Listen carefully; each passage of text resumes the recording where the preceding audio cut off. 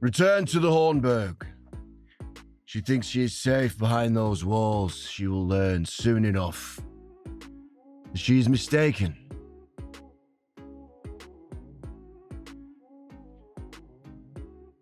Return to the Hornburg.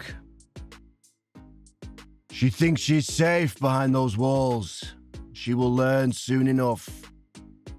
She is mistaken. I know Frecker.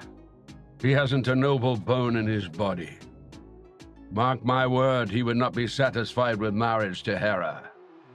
He would see his son on my throne and my boys in a grave. I suppose, really, the amount of characters I've played who are leaders and men of action and men who run events, and they all inform, really, one, especially classically, if you start off with somebody like King Lear or the Roman general Titus Andronicus, they are these kind of they're regarded now as dinosaurs, really, but they are these men of action who would precipitate events and be driven by certain things and have tremendous drive. It's the drive that's in these characters. It's the sort of demonic that comes out of them and that's what's always thrilling to do, especially as a character like Helm, who has tremendous demonic energy, and yet he's also got this other side to him. When it is I who have faced down death, famine, war, to hold these lands together. So a heavier bar. Okay. No. Can we, this is great. Can we do a heavier bar? But Well, there are these characters in life who we see historically, like Churchill, like great leaders that have done the most extraordinary things, and Napoleon, and who become, larger than their myth, really.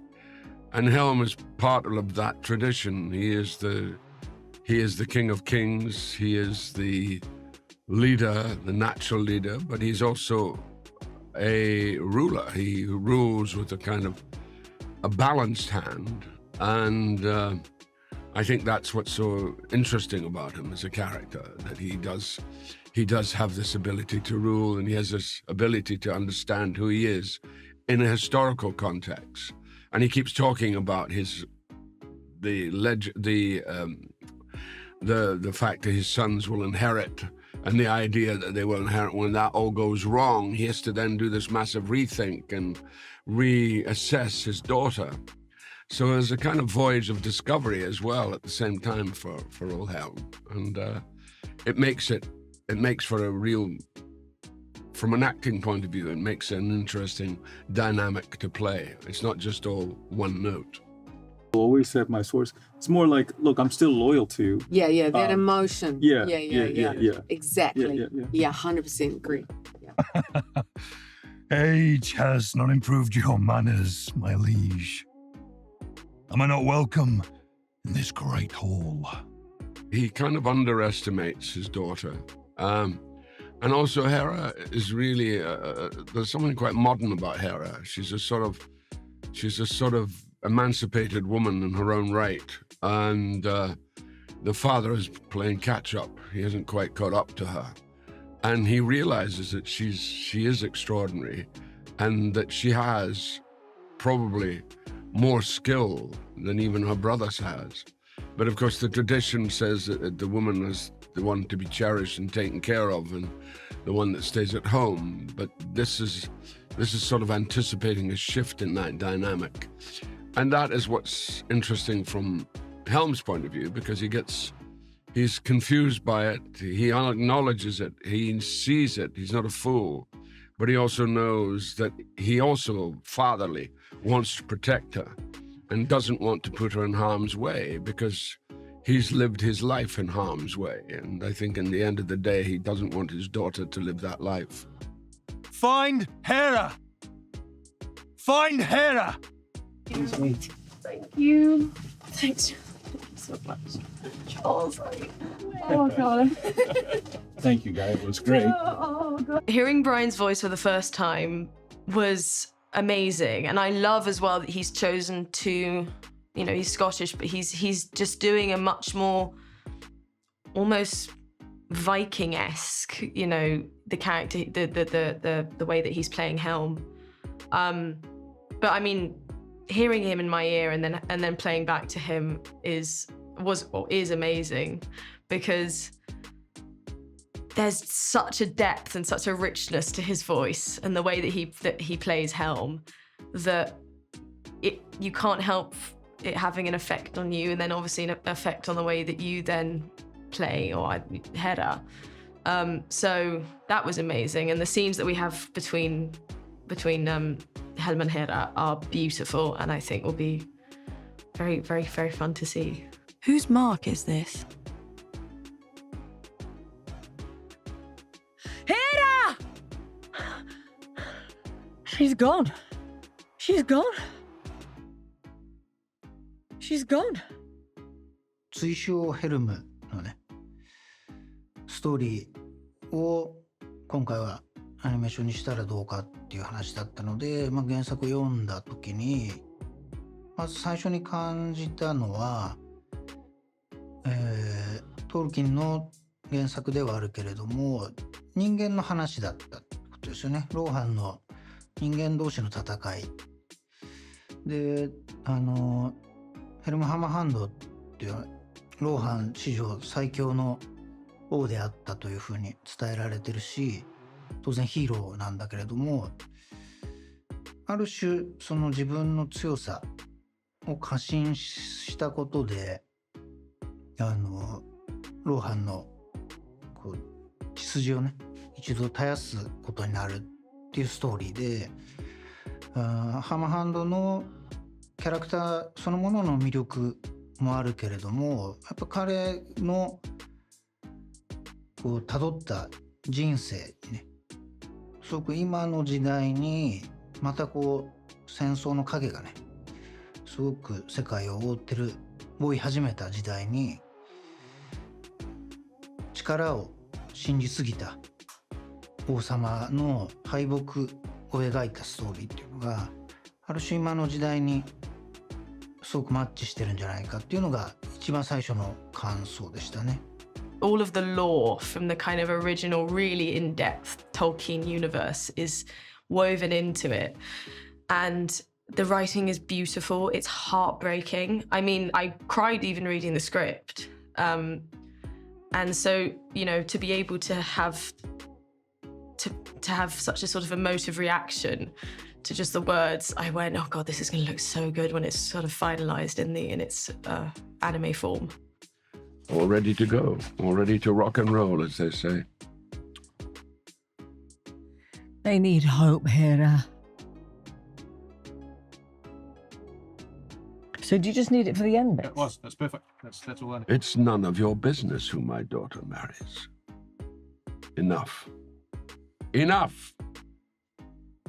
親戚ぐらいの血のつながりがあるつもりで作ってはいましたね。本当にウェーターにも全面的にそのデザインを見せていただいたり、彼らがやっぱり3部作を作ってきた積み重ねてきたその設定であるとか美術だったりっていう部分っていうのを見せてもらってね、これをここの延長上にあるっていうか、そこから過去を探って作っていくことにした方がやっぱりその関連していた方が映画の厚みっていうのも出てくるだろう。それもあってで新たなストーリーも生まれてくるんですよね。Was it any notes? No, we're happy to move on. I mean, we'll come back for breaths and stuff. I've seen this before. He's building a siege tower. 手書きのアニメーションの良さっていうのはやっぱり人が手でこんな絵を全部描いたのかっていう驚きなんですよね。これはそのアニメーションを知ってるとか知らないとか関係なくアニメーション手書きのアニメーションを一般の観客が見た時にこう無意識に感じる凄さなんですよね。手で描いてるんだ、人間がこれを描いてるんだ、それは実写でいうところの生身の人間がこんなすごいことを演じるんだっていうのと一緒で、手書きでこれほどの動きをなるべくリアルに表現するっていうのを手で描いてるっていうのがこう一つ凄みになるだろうと僕は思ったんですね。で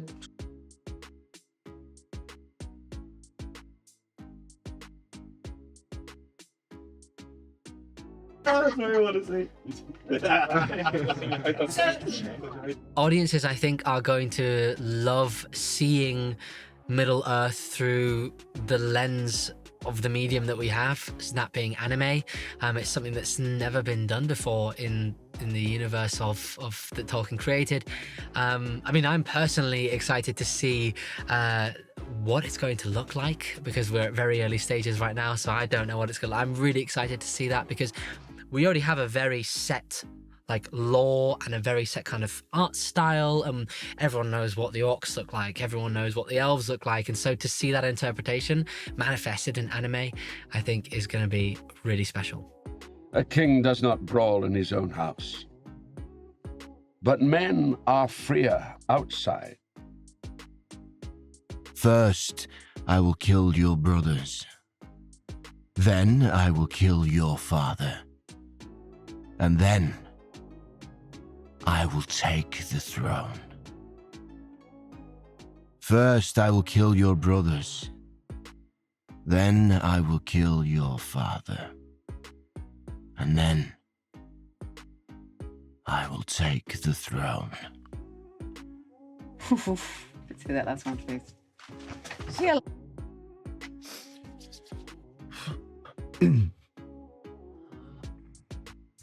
僕が今まで作ってきた作品も女性が主人公の作品が多かったんですね。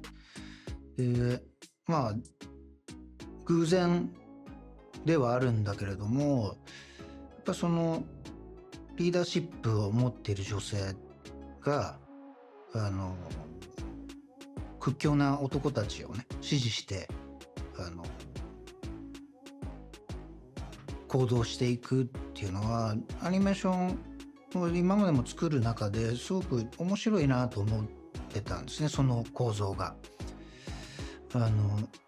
本来その弱い守られる立場っていう風に映画の中ではよく書かれていた女性が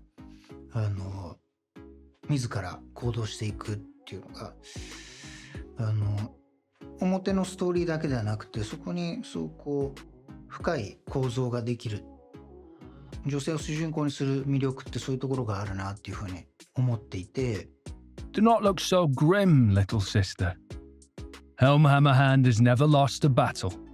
Yeah, she thought that, on the contrary, could just be more seizing the moment and a little more urgency. It's such an evocative medium, anime, you know, and I think that it does lend itself to Lord of the Rings, because, you know, I think one of the first things you'd think about when you think of Lord of the Rings are the landscapes, and they're just so beautiful. They look so beautiful in anime, and I think that you get, you know, the sense of the light and dark with it as well. I just think it does lend itself very well, in my opinion, to the Tolkien world, because you've got the Ents, you've got the, you know, you have all these beautiful characters that I think drawn would look so, or animated would look so beautiful, and because it's anime, which is in itself, I think, an incredible art form. You know, as I said, watching everything that needs to be done to get from the drawing stage to the anime stage is a marathon.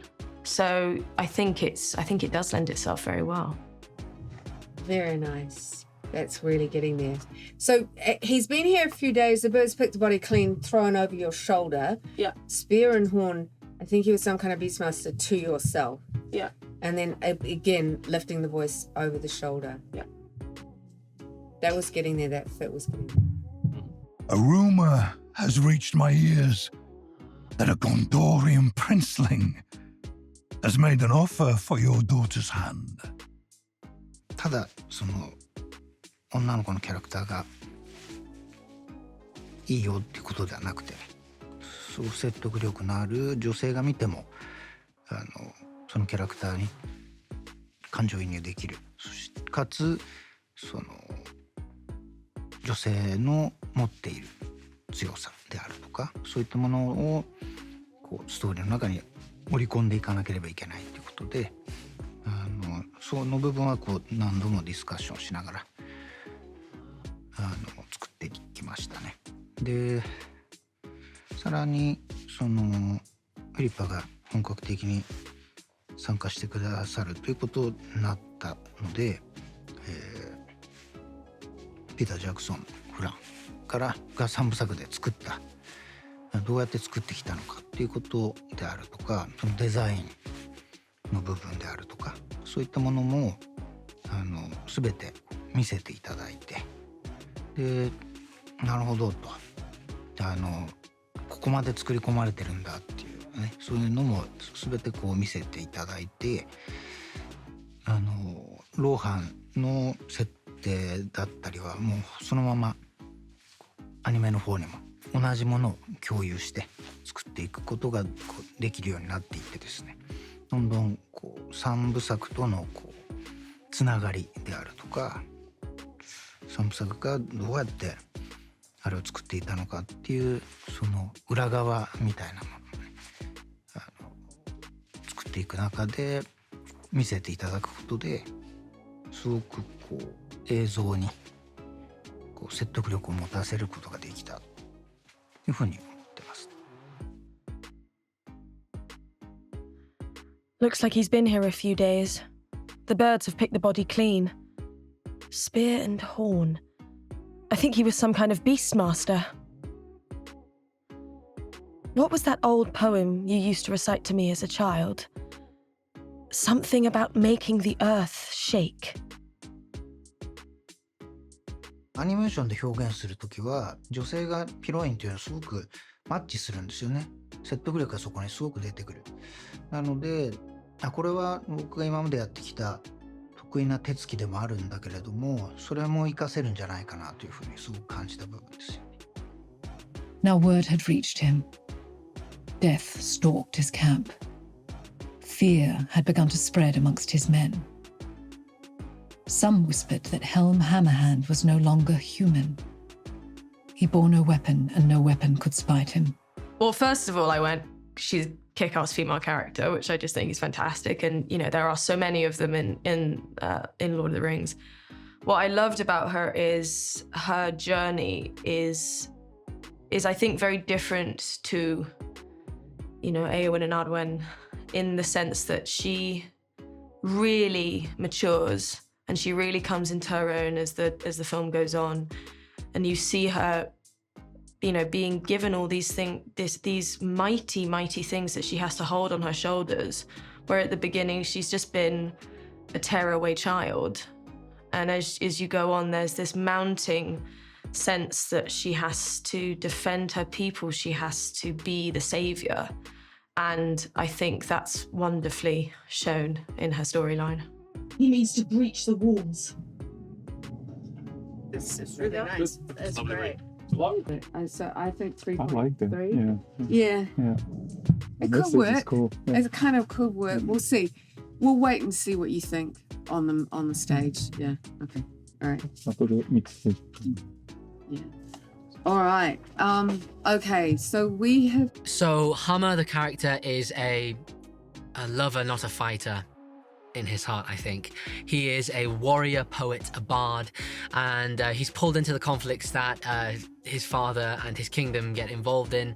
And he's free-spirited, but I think not as free-spirited as Hera, his sister. And he almost envies her for her ability to really be who she wants to be. Obviously, I would say personally that Hammer would want to get involved in any fighting. He'd just want to sit with his lyre and play that all day and just, you know, spread love in the world. But that's not, unfortunately, the world that they live in. And I don't think he has the vision to be able to change that.